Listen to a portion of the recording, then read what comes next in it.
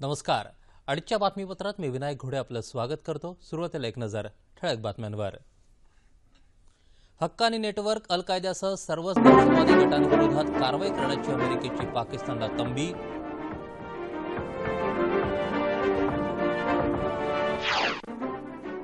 सरासरीपेक्षा जास्त पाऊस झाल्यास देशाचा विकास दर 7.5% जास्त राहील अशी अरुण जेटली यांची अपेक्षा.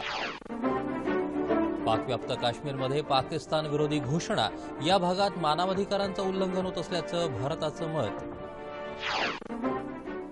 पुरेशी घरं, स्वच्छता यासह इतर बाबींकडे गांभीर्यानं लक्ष दिल्यास वाढत्या शहरीकरणाच्या आव्हानांचा मुकाबला शक्य, ब्रिक्स परिषदेतला सूर. देशांतर्गत जलवाहतूक आणि कोळसा कंपन्यांच्या सहभागातून स्वस्त आणि अखंड वीज पुरवठा शक्य, पियुष गोयल. देशभरात रामनवमी उत्साहात साजरी, अयोध्येसह ठिकठिकाणी विविध कार्यक्रम, मंदिरात भक्तांची रीघ. आणि अल्झनशाह हॉकी स्पर्धेतला आव्हान टिकवण्यासाठी मलेशियाबरोबरचा आजचा सामना जिंकणं भारताला क्रमप्राप्त. नमस्कार. आता बातम्या विस्तारानं पाहूयात. पाकिस्तानची गुप्तचर यंत्रणा ISI आणि हक्कानी नेटवर्क यांचे घनिष्ठ संबंध असल्याची नुकतीच माहिती मिळाल्याच्या पार्श्वभूमीवर पाकिस्ताननं सर्वच दहशतवादी गटांविरोधात कारवाई करावी अशी तंबी अमेरिकेनं दिली आहे. पाकिस्ताननं हक्कानी नेटवर्क, अल कायदा, लष्कर-ए-तोयबा यासह सर्वच दहशतवादी गटांविरोधात कारवाई करायला हवी असं अमेरिकेनं स्पष्ट केल्याचं अमेरिकेच्या परराष्ट्र व्यवहार मंत्रालयाचे प्रवक्ते जॉन किर्बी यांनी सांगितलं. अफगाणिस्तानमध्ये 2009मध्ये CIAच्या तळावरती आत्मघातकी हल्ला करण्यासाठी ISIनं हक्कानी नेटवर्कला $2 लाख दिल्याचं उघडकीला आलं आहे. यावर्षी सरासरीपेक्षा जास्त पाऊस होण्याचा अंदाज खरा ठरल्यास देशाचा विकास दर 7.5% जास्त राहील असं केंद्रीय वित्तमंत्री अरुण जेटली यांनी वॉशिंग्टन इथं म्हटलं आहे.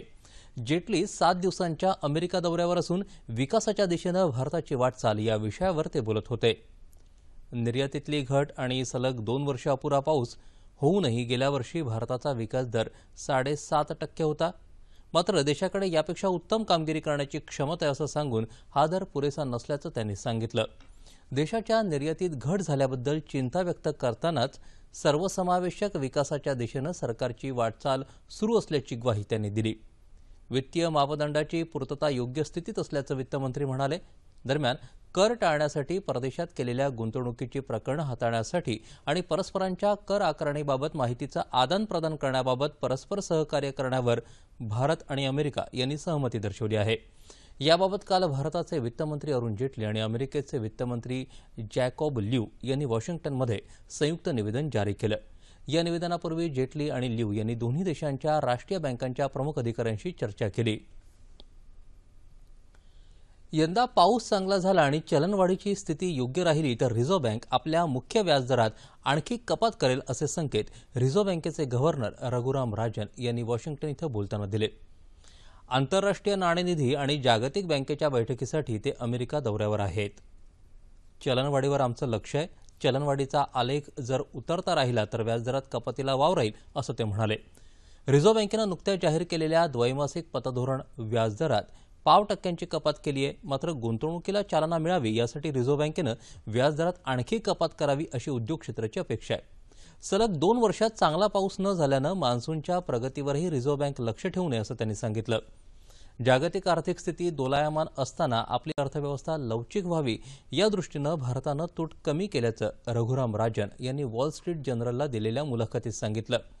अमेरिकेच्या फेडरल रिझर्व्हनं आपल्या धोरणात उगवत्या अर्थव्यवस्थांकडे जास्त लक्ष दिल्याबद्दल त्यांनी फेडरल रिझर्व्हचे अभ्यास जेनेट एत्तन यांची प्रशंसा केली.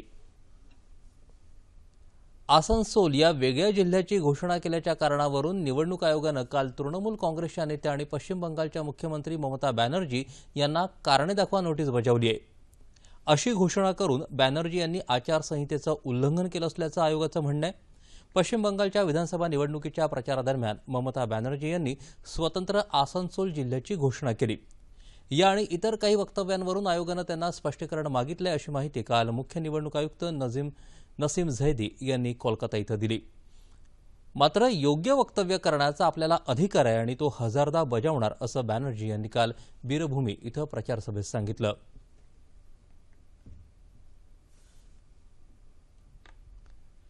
पाकव्याप्त काश्मीरमध्ये काल अनेक ठिकाणी पाकिस्तान विरोधी घोषणा देण्यात आल्या।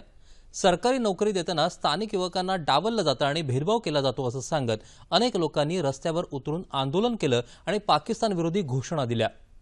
पाकव्याप्त काश्मीरमध्ये आधीच नोकऱ्या कमी आहेत आणि ज्या काही आहेत त्यावर पाकिस्तानी युवकांची भरती केली जात असल्यामुळे या भागातले तरुण नोकऱ्यांपासून वंचित राहतात असं या आंदोलनकर्त्यांचं म्हणणं आहे। पाकव्याप्त काश्मीरमध्ये मानवाधिकारांचं पालन होत नाही असं भारताचं यावर म्हणणं आहे।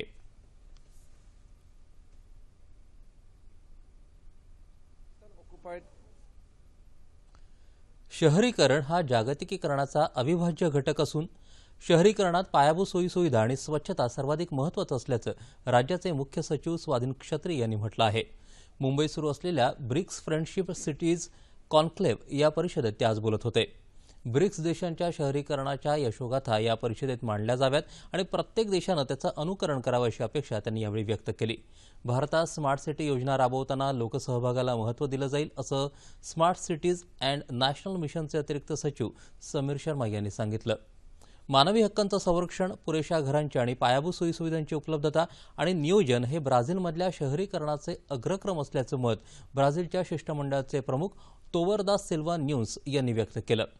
या बाबींकडे गांभीर्यानं लक्ष दिलं तर वाढत्या शहरीकरणामुळे निर्माण झालेल्या आव्हानांचा सामना करणं आपल्याला शक्य होईल असं ते म्हणाले।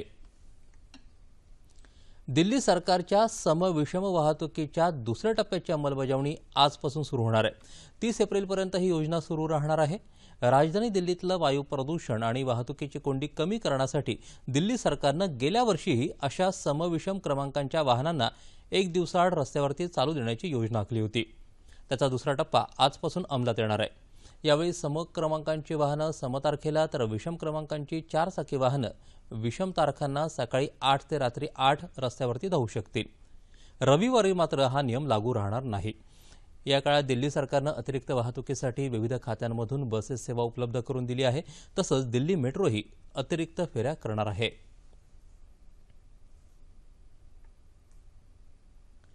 देशांतर्गत जलवाहतूक आणि कोळसा कंपन्यांच्या सहभागातून भारतीयांना 24 तास परवडणारी वीज पुरवण्याचं स्वप्न पूर्ण करता येणं शक्य आहे असं केंद्रीय ऊर्जा मंत्री पियुष गोयल यांनी म्हटलंय। मुंबईत सुरू असलेल्या सागरमाला परिषदेच्या दुसऱ्या दिवशी देशांतर्गत जलवाहतूक या विषयावरील परिसंवादात ते बोलत होते। आगामी 2 ते 3 वर्षात कोळशाची आयात पूर्णपणे थांबवण्याचा आणि देशांतर्गत स्रोतांना प्रोत्साहन देण्याचा प्रयत्न सरकार करणार असून यामुळे वार्षिक 40,000 कोटी रुपयांची बचत शक्य होणार आहे। बंदर क्षेत्राचा विकास करण्यासाठी त्याचा आकार, किंमत, पर्यावरण आणि रोजगार निर्मिती हे घटक महत्त्वाचे ठरतात असंही गोयल म्हणाले। केंद्रीय नौकावहन मंत्री नितीन गडकरी यांच्या कामाचं कौतुकही त्यांनी केलं। गडकरींनी या झपाट्यानं काम केलं तर देशांतर्गत जलवाहतूक हा दळणवळणाचा सर्वात स्वस्त पर्याय बनू शकेल असा विश्वासही गोयल यांनी व्यक्त केला। देशातल्या नागरीकरणाच्या समस्येचं विकासाच्या संधीत रूपांतर होणं महत्त्वाचं आहे असं केंद्रीय नगरविकास मंत्री व्यंकय्या नायडू यांनी म्हटलं आहे। ते काल मुंबईत ब्रिक्स देशांच्या मैत्री बैठकीत बोलत होते। शहरी भाग स्वयंपूर्ण बनले पाहिजेत, त्यासाठी तिथल्या स्थानिक स्वराज्य संस्था अधिक बळकट व्हायला हव्यात।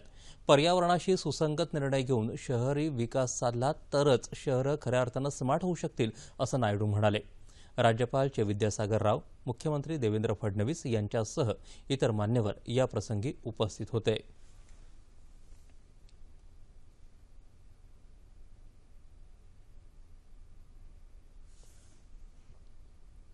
शिक्षण क्षेत्र हे स्वच्छच राहिलं पाहिजे, तिथं कोणत्याही पक्षानं आपली विचारसरणी लादू नये असं परखड मत माजी केंद्रीय मंत्री सुशीलकुमार शिंदे यांनी व्यक्त केलं। डॉक्टर बाबासाहेब आंबेडकर यांच्या जयंतीनिमित्त पुण्याच्या सिम्बायोसिस अभिमत विद्यापीठात आयोजित कार्यक्रमात शिंदे यांनी महामानव डॉक्टर बाबासाहेब आंबेडकर जीवनदर्शन या पुस्तकाचं प्रकाशन केलं। त्यावेळी ते बोलत होते। यावेळी पुण्याचे पालकमंत्री गिरीश बापट, सिम्बायोसिस अभिमत विद्यापीठाचे कुलपती श्यामभाऊ मुजुमदार उपस्थित होते। पक्षीय विचारधारा लादली तरच आपण काही मिळू शकू असं कुणाला वाटत असेल तर ते भ्रमात राहत आहेत। लोकशाहीत अशा प्रकारचं चित्र उभं करता कामा नये असं सुशीलकुमार शिंदे म्हणाले। विद्यार्थ्यांना धर्मनिरपेक्षता शिकवायला हवी। सहिष्णुता, असहिष्णुता या गोंधळात अडकलेल्यांनी भारतीय घटनेचा अभ्यास करावा असा सल्लाही त्यांनी यावेळी दिला।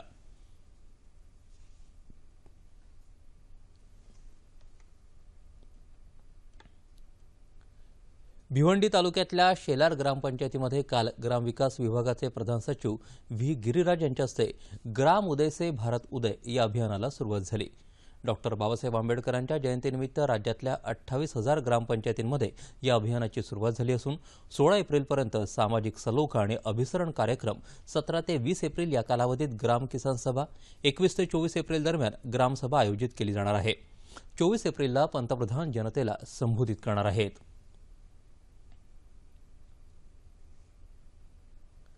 डॉक्टर बाबासाहेब आंबेडकर यांनी भारतात केलेलं सामाजिक सलोख्याचं महान कार्य जागतिक स्तरावरही आदर्श ठरावं असं आहे।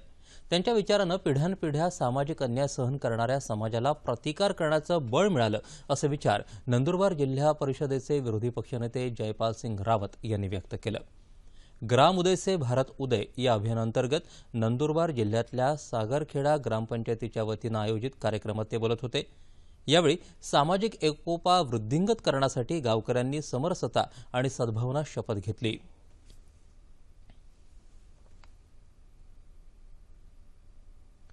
भारतरत्न डॉक्टर बाबासाहेब आंबेडकर यांनी राजकीय लोकशाहीबरोबरच सामाजिक आणि आर्थिक लोकशाहीचा अजेंडा देशाला दिला। राज्यघटनेच्या रूपानं सामान्य माणसाच्या हक्काचं प्रतिबिंब त्यांनी उमटवलं असे उद्गार ज्येष्ठ पत्रकार अरुण खोरे यांनी काढले। कोल्हापुरातल्या राजर्षी शाहू छत्रपती स्मृती ट्रस्टच्या वतीनं आयोजित व्याख्यानात ते काल बोलत होते। बाबासाहेबांनी आपली पूर्ण हयात विषमतेच्या विरोधात संघर्ष करण्यात घालवली। केवळ दलितच नव्हे तर सर्व उपेक्षितांना त्यांनी स्वाभिमानानं जगण्याचा हक्क मिळवून दिला असे गौरवोद्गार खोरे यांनी यावेळी काढले। यावेळी ज्येष्ठ विचारवंत अशोक चौसाळकर यांनी बाबासाहेबांच्या जीवनचरित्रावर प्रकाशझोत टाकला।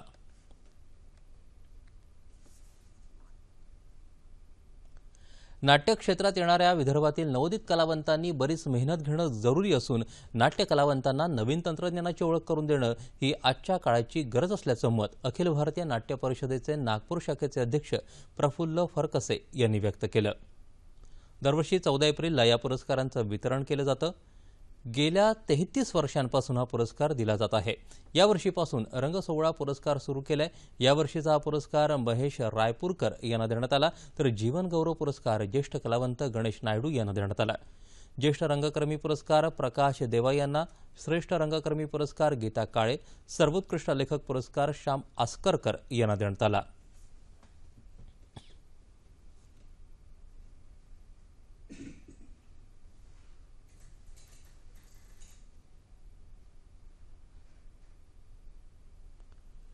माजी सैनिकांनाही वन रँक वन पेन्शन लागू करण्याच्या निर्णयाबद्दल केंद्र सरकारचे जाहीर आभार व्यक्त करण्यासाठी रायगड जिल्हा भाजपा माजी सैनिक आघाडीच्या वतीनं काल डॉक्टर बाबासाहेब आंबेडकर यांच्या जयंतीचं औचित्य साधून कृतज्ञता मेळावा आयोजित केला होता। पनवेल इथल्या केसी ठाकूर महाविद्यालयाच्या मैदानावर झालेल्या या मेळाव्याला माजी सैनिक मोठ्या प्रमाणावर उपस्थित होते। यावेळी केंद्रीय संरक्षण मंत्री मनोहर पर्रिकर यांचा सत्कार करण्यात आला। तसंच पर्रिकर यांनी निवृत्त सैनिकांचा मानचिन्ह आणि शाल देऊन सत्कार केला। वन रँक वन पेन्शन लागू केल्यामुळे निवृत्त सैनिकांनाही आता समान निवृत्ती वेतन मिळणार आहे। यासाठी अर्थसंकल्पात तरतूद केली असून त्याची अंमलबजावणी होण्यास सुरुवात झाली असल्याचं पर्रिकर यांनी यावेळी सांगितलं।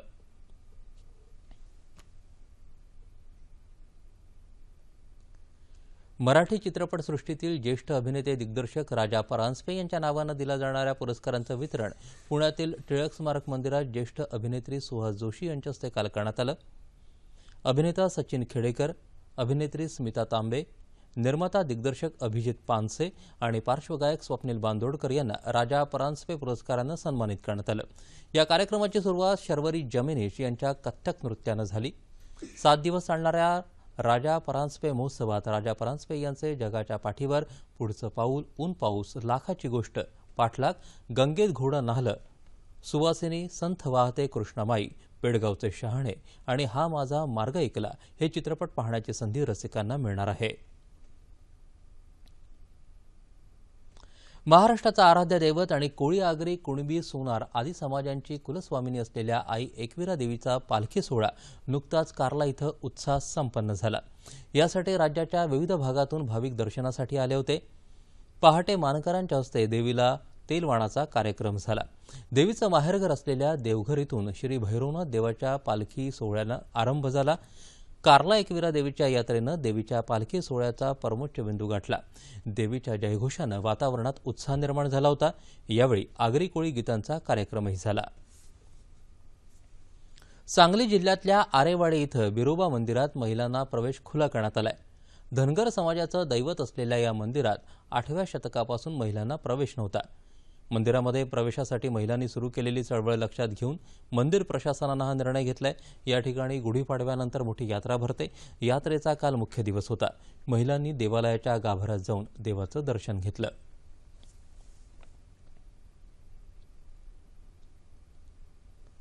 राज्यात होणाऱ्या शेतकऱ्यांच्या आत्महत्या हा सध्याचा गंभीर प्रश्न आहे।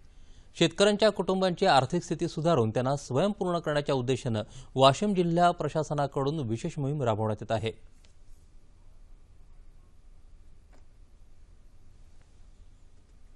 सततचा दुष्काळ आणि नापिकी यामुळे मेटाकुटीला आलेल्या शेतकऱ्यांनी आत्महत्या केल्याची अनेक प्रकरणं पुढे आली आहेत। कुटुंबातल्या कर्त्या व्यक्तीच्या अचानक जाण्यानं त्या कुटुंबाची परिस्थिती हलाखीची होते। अशा कुटुंबांना आधार म्हणून वाशिम जिल्हा प्रशासनाकडून विशेष मोहीम राबवण्यात येत आहे। शासनाच्या कृषी महसूल आणि पशुसंवर्धन विभागामार्फत राबवण्यात येणाऱ्या विविध योजनांचा लाभ या कुटुंबांना प्राधान्याने मिळवून देण्याचा प्रयत्न होत आहे। वाशिम जिल्ह्यात 2009 पासून आतापर्यंत 1273 शेतकऱ्यांनी आत्महत्या केल्या आहेत। पात्र ठरलेल्या 781 कुटुंबांना शासनाच्या विविध योजनांचा लाभ मिळवून देण्यासाठी त्यांचा या मोहिमेत सहभाग करण्यात आला आहे। शेतकऱ्यांसाठी तसंच जनसामान्यांसाठी शासनाच्या भरपूर अशा योजना आहेत, परंतु बऱ्याचशा योजना या तळागाळातल्या लोकांना माहिती सुद्धा नसतात। खूप सुशिक्षित म्हणणाऱ्या लोकांना सुद्धा शासनाच्या बऱ्याचशा योजनांचं ज्ञान नसतं। शेतकरी आत्महत्याग्रस्त कुटुंबांना विविध योजनांची माहिती दिली तर सर्व आत्महत्याग्रस्त शेतकरी कुटुंब जे काही असतील त्यांना लाभ मिळवण्यासाठी महसूल विभागाशी संपर्क साधावा। शासनाच्या कृषी विषयक सर्वच योजनांमध्ये आत्महत्याग्रस्त शेतकऱ्यांच्या कुटुंबांना प्राधान्य देण्याची तरतूद आहे। या धोरणानुसार अनेक कुटुंबांची निवड याआधीच करण्यात आली आहे। मात्र अनेक प्रकरणात कागदपत्रांच्या अभावी लाभार्थी वंचित असणाऱ्या प्रकरणांचा निपटारा सुद्धा या मोहिमेअंतर्गत करण्यात येत आहे। आत्महत्याग्रस्त शेतकरी कुटुंबांनी या मोहिमेचा लाभ घेण्याचं आवाहन जिल्हा प्रशासनानं केलं आहे। अशा लोकहितैषी उपक्रमांमुळे शासनाच्या विविध विभागाच्या लोककल्याणकारी योजनांचा लाभ आत्महत्याग्रस्त शेतकऱ्यांच्या कुटुंबांना नक्कीच होईल यात शंका नाही। आज रामनवमी, चैत्र शुद्ध नवमी, हिंदू पंचांगानुसार चैत्र महिन्यातला नवरात्रीचा 9वा दिवस। या तिथीला भगवान विष्णूचा 7वा अवतार समजल्या गेलेल्या रामाचा जन्म झाला। हा दिवस रामनवमी म्हणून साजरा करतात।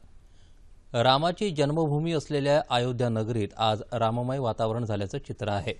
15 लाखापेक्षा जास्त भाविकांनी इथल्या शरयू नदीत पवित्र स्नान केलं। अत्यंत उत्साहात मोठ्या संख्येनं भाविकांच्या उपस्थितीत अयोध्येतील कनक भवन मंदिरात रामजन्माचा सोहळा हर्षोल्लासात पार पडला। वाराणसी आणि अलाहाबाद इथल्या मंदिरातही राम जन्मोत्सवासाठी भाविकांची झुंबड उडाली। राष्ट्रपती, उपराष्ट्रपती आणि पंतप्रधानांनी नागरिकांना शुभेच्छा दिल्या आहेत। भगवान राम हे पृथ्वीवरील दैवी अवतार असून धर्मानुसार कसं आचरण करावं याची शिकवण त्यांनी दिली असं राष्ट्रपतींनी आपल्या संदेशात म्हटलं आहे। प्रभू रामचंद्रांच्या पदस्पर्शानं पावन झालेल्या नाशिक शहरात आज रामनवमी उत्साहात साजरी होते। नाशिकच्या भोसला मिलिटरी स्कूलच्या प्रांगणात मुलांनी सरावासाठी वापरलेल्या बंदुकीच्या गोळ्यांच्या रिकाम्या शेलपासून कोदंडधारी रामाच्या मूर्तीची स्थापना केली आहे। आज मोठ्या उत्साहात या मूर्तीची पूजा करून विद्यार्थ्यांनी मनोभावे प्रार्थना केली। रामनवमीनिमित्तानं शिर्डीच्या साई मंदिरात रोषणाई करून सजावट करण्यात आली आहे। आज विविध धार्मिक कार्यक्रमांचं आयोजन करण्यात आलं आहे। श्री साईचरित्र पारायणासाठी आज द्वारकामाई मंदिर रात्रभर खुलं ठेवण्यात येणार आहे। आज 5 वाजता श्रींच्या रथाची गावातून मिरवणूक निघेल। श्रीरामपुरातही आज महामहोत्सवाचं आयोजन करण्यात आलं आहे। नागपुरातल्या रामटेक इथं ऐतिहासिक मंदिरात आज दुपारी 12 वाजता भाविकांनी गुलाल उधळून आनंद साजरा केला। मोठ्या प्रमाणात भाविकांनी मंदिरात दर्शनासाठी गर्दी केली।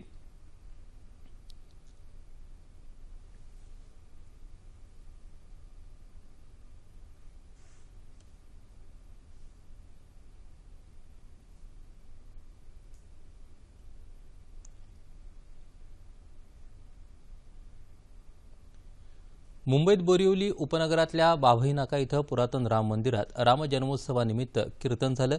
प्रभू रामचंद्रांच्या आणि दास मारुतीच्या दर्शनासाठी भाविकांनी मोठी गर्दी केली होती।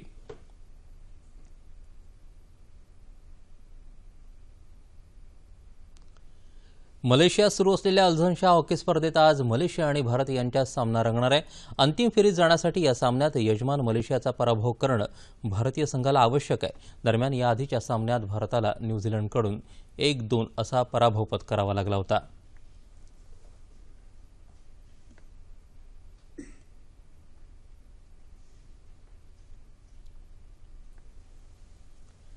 आता जाणून घेऊयात हवामानाची स्थिती. ओडिशा आणि तेलंगण राज्यांमध्ये उष्णतेची लाट कायम असून राज्यातल्या बहुतांश जागी पारा 40 अंश पुढे गेलाय. ओडिशातल्या टिटीलागड इथं 45.5 अंश तापमानाची नोंद झाली असून देशातले सर्वात उष्ण ठिकाण ठरलं आहे. संपूर्ण राज्यात येत्या 24 तासात हवामान कोरडं राहील असा अंदाज हवामानशास्त्र विभागानं वर्तवला आहे. हवामान जाणून घेतल्यानंतर आता पाहूया ठळक बातम्या पुन्हा एकदा. हक्कानी नेटवर्क अल कायद्यासह सर्वच दहशतवादी गटांविरोधात कारवाई करण्याची अमेरिकेची पाकिस्तानला तंबी.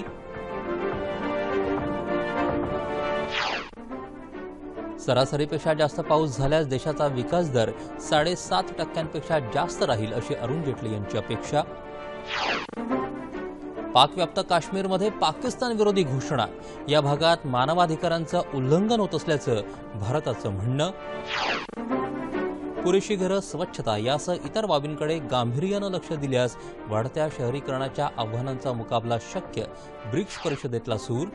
देशांतर्गत जलवाहतूक आणि कोळसा कंपन्यांच्या समभागातून स्वस्त आणि अखंड वीज पुरवठा शक्य. पीयूष गोयल. देशभरात रामनवमी उत्साहात साजरी. अयोध्येसह ठिकठिकाणी विविध कार्यक्रम. मंदिरात भक्तांची रीघ. आणि अल्झनशाह हॉकी स्पर्धेतलं आव्हान टिकवण्यासाठी मलेशियाबरोबरचा आजचा सामना जिंकणं भारताला क्रमप्राप्त. याबरोबरच हे बातमीपत्र संपलं. पुन्हा भेटूया संध्याकाळी 5 वाजता आपल्या सह्याद्री वाहिनी.